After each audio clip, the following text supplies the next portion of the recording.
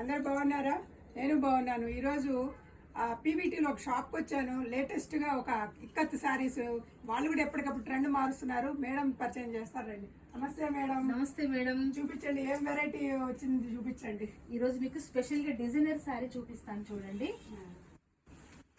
Wow, patola టైప్లో అనిపిస్తున్నది. అవును మేడం, ఇది స్పెషల్గా డిజైనర్ శారీ. చూడండి, ఇది